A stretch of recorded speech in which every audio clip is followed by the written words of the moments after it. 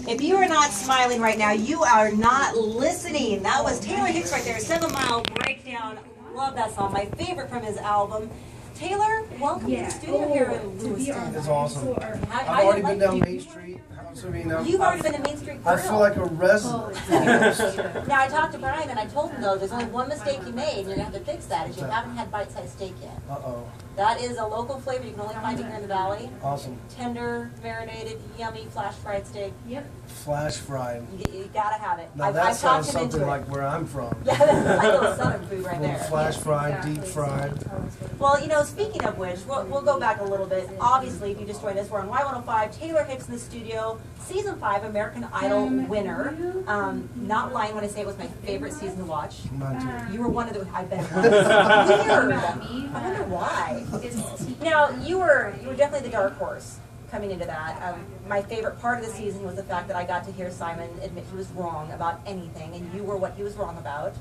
Was there any conversation backstage about that at all? I mean, a little tete-a-tete with Simon? He at the end of the show after I won, obviously he came up to me and said he ate his words, and you know, that's what's great about American Idol. It's, you know, as much as we all love Simon, you know, it's about Middle America. You know, it's Middle America. You know, votes. I mean, just like The Voice or like X Factor.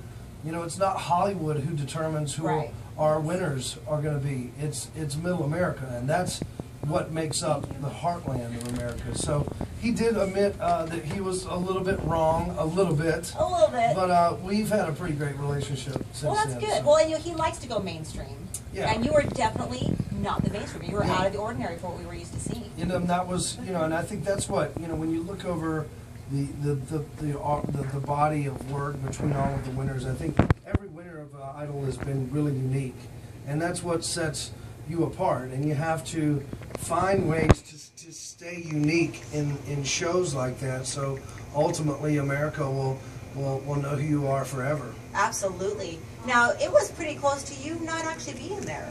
From what I'm understanding, and I was watching an interview, your description of yourself was, I was nothing but an overweight, lazy musician whose brother called and said, dude, go try out.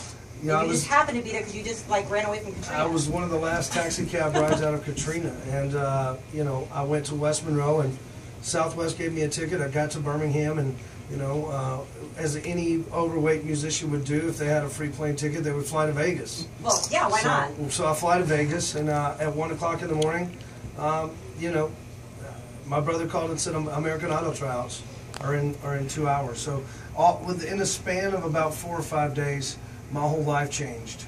You know, it was a blessing. And Paula saved your life by having you do a second song. Yeah, yeah. She really did, because man, you came alive in the second song.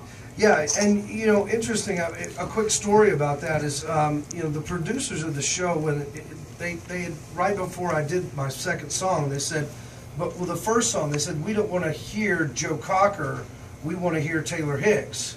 Okay, so, you know, I mean, I said, well, okay. And then they said, well, we don't want to see Joe Cocker, we want to see Taylor Hicks. So they I think it was Taylor. Yeah, right. They tried to Taylor. And so I think the progression, you know, ultimately went to you know, me doing my thing, and I, you know, I started out in, you know, clubs and roadhouses all over the South when I was about 17. You know, so it was all of that came to life. You know, and I when people ask me how you win American Idol and how you win shows like that, you know, you just, you know, opportunity creates luck. You go to your amateur singing contests, you go to the malls that have contests. Right. Though all of those ultimately culminate with that one opportunity, that one big break. And boy, did you take advantage of that one well. Now, you are not just a musician, though. You are doing something else that is way near and dear to my heart. There's blues, there's Taste of Home magazine, and there's food. And all of those came together with you.